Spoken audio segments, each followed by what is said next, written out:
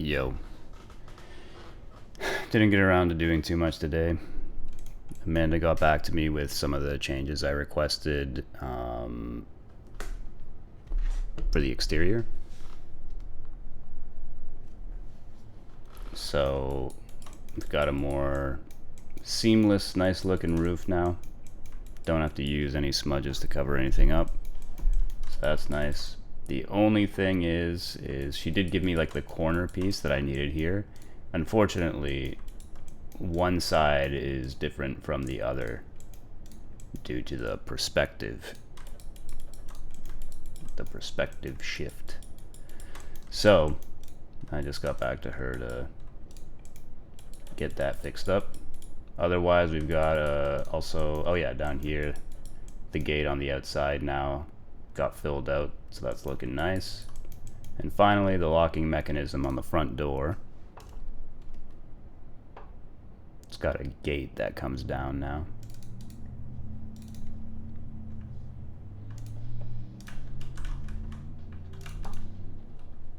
No, I didn't see it there, sorry. Hey, where'd it go? Gate's not showing up, 1 second. Oh, whoops. So, that's what it looks like. Should work now. Oh wait, no, hold on, that's gonna be on by, oh no, yeah, okay, we're good.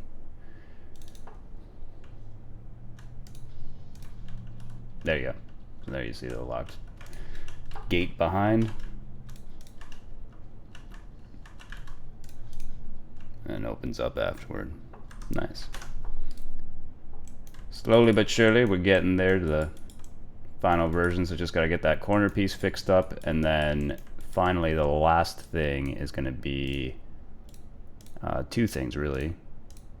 One is the idea I had for making the building look taller. So I'm going to tell her about that next.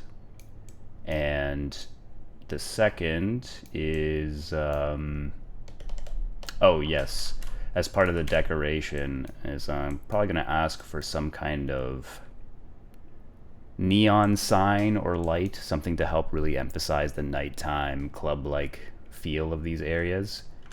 And I also want to have some kind of logo for this act in the game, because technically every act is you going up against a different army or a crew, whatever you want to call them.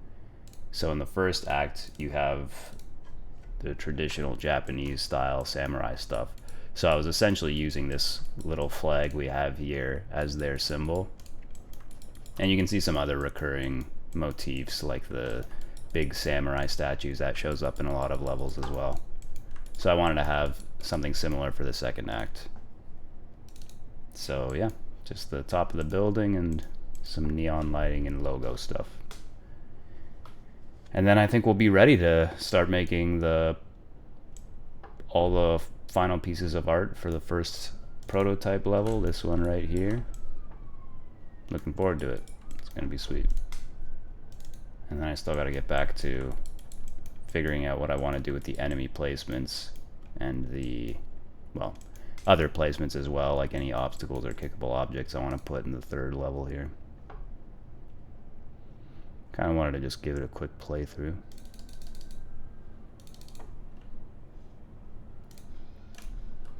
Sometimes, you know, when I'm working on my games, I go through a roller coaster of emotions of how I feel about it. Like one day I'm like, oh, this is so awesome, and then the next day, maybe because you get used to playing it over and over again, you start to not be able to tell, like, is this good, is it not? And I always need to take a day off and then come back to it and play it again and see, like, yeah, okay, this actually works well. And that's how I'm feeling about these enemies. Is I wanted to see, I was playing it a bunch yesterday and it seemed pretty good, but that's why I wanted to replay it right now to see, does it feel good to play? Is it fun?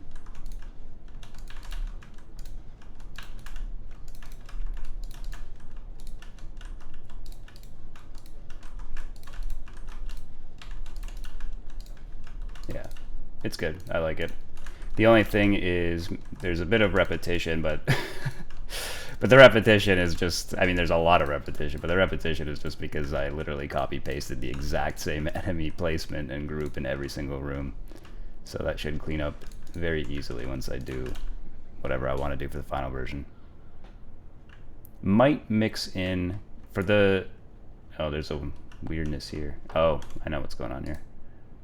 So these walls, yeah, they're at the -1 position. So I use the Z value for like the different floors, the heights of the floors. So because these used to be on the second floor, I have to reset the Z value to fix that. The door is there. Okay. So yeah, in the third level, in the first act where I introduced the original dashing enemy, I didn't include any of the first enemy type. Like, it's just the dashing guys, because I want the player, like, in my mind, I see it as kind of like an increase in complexity. So you have the first enemy type that you learn how to deal with, and then the second enemy type gets introduced, and I wanted to have them by themselves so you get used to just fighting with them, and then the next increase in complexity comes with the third level, or the whatever, fourth level, I guess, when I combine the dashing guys with the first enemy type. So I was thinking of following a similar logic here, but I don't know, because of how these guys work and how complex they are, if it might be better and more interesting to at least throw in a couple of the first enemy type in this level, and then maybe really mix them together a lot in the follow-up level. I don't know, we'll see. Ideally, I keep the same pattern, though, because I kind of like that. Yeah, I don't know.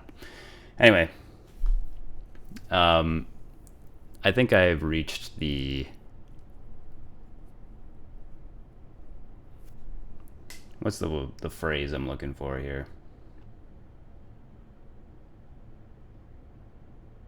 Rock bottom. That's that's the phrase I was looking for. I think I've reached rock bottom in terms of my past month or so of living like a degenerate.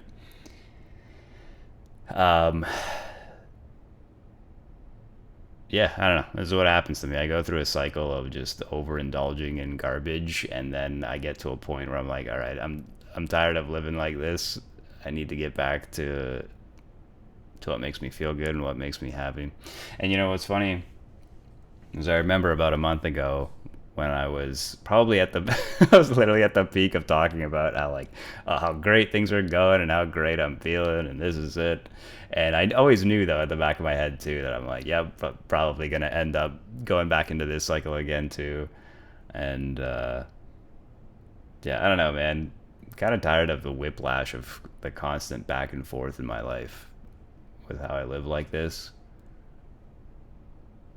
Then like I was talking recently, I do wonder how much of it has to do with this mentality of trying to do everything. I wonder if it's this feeling of trying to have to do everything perfectly. And so then I go like 100% balls to the walls doing everything perfectly, and then I burn myself out on doing that, and then I try to deal with the burnout by then resorting to then the opposite extreme of just whatever, like not even trying. I shouldn't say I'm not trying at all, but I'm like doing like the minimal level of work that I need to be doing, and then otherwise just wasting time doing stupid bullshit.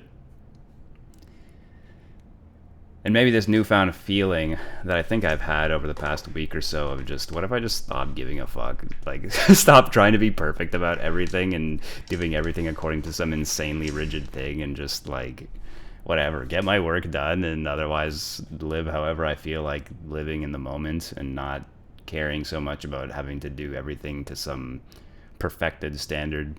I don't know. Maybe a mentality like that could help me from not swinging so hard between two extreme different ways of living. In any case, feeling the way that I'm feeling right now, here is attempt to number 1 billion at resetting everything and getting back into proper form.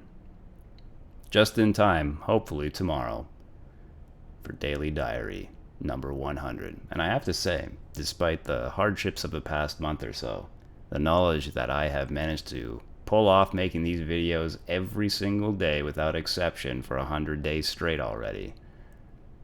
Pretty proud of that.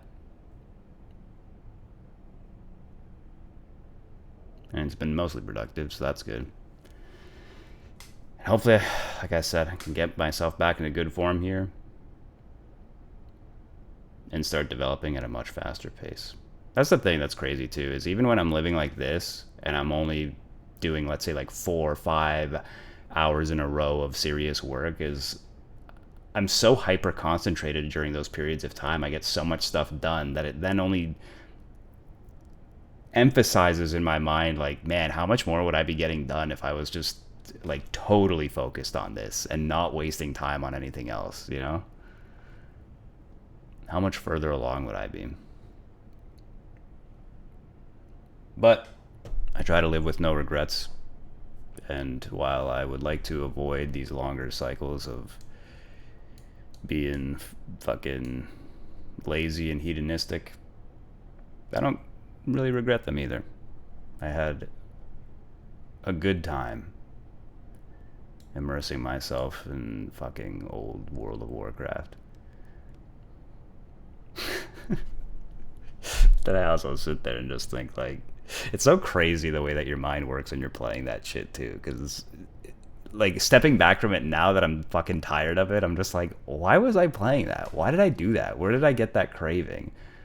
When you think about, like, okay, so I level some character to max level, I get all these items, whatever, you grind for all this shit, and then what? And then what? Why am I doing this? And at the end of all of that, what do I have to show for it that I care about? One day I'll stop playing and then I won't care at all, or maybe even the server gets shut down and then it doesn't even exist anymore.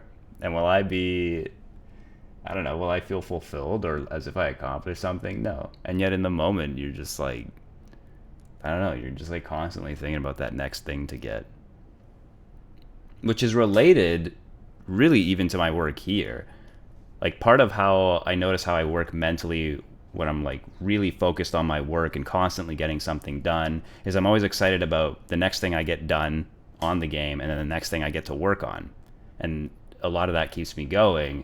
But then there is this bigger picture of, well, okay, so then what when it's finished? There is this massive sense of, like, I remember when I finished and released my first game. It was enormously fulfilling. There's this huge sense of, like, it was hugely fulfilling, and then it made me excited to make more and do more stuff. But when I finish playing a fucking video game, do I feel fulfilled and I want to do more stuff? I mean, at least a game like something like World of Warcraft, where there's no like specific story with an endpoint or anything like that. No, you just, like, I don't know. The journey, it's kind of one of those things where it's the journey that's the fun part. But there is no bigger picture to it of why you're doing this. I don't know. It's weird that the mind works in such a way that you can get addicted to something like that, even though it really doesn't make any sense at all. I mean, the fun of it is there, but where does the addiction come from? Guess it's just the mindless, repetitive task of accomplishing something and then going to the next thing, even if there's no longer-term, big-picture goal there. All right. See you tomorrow.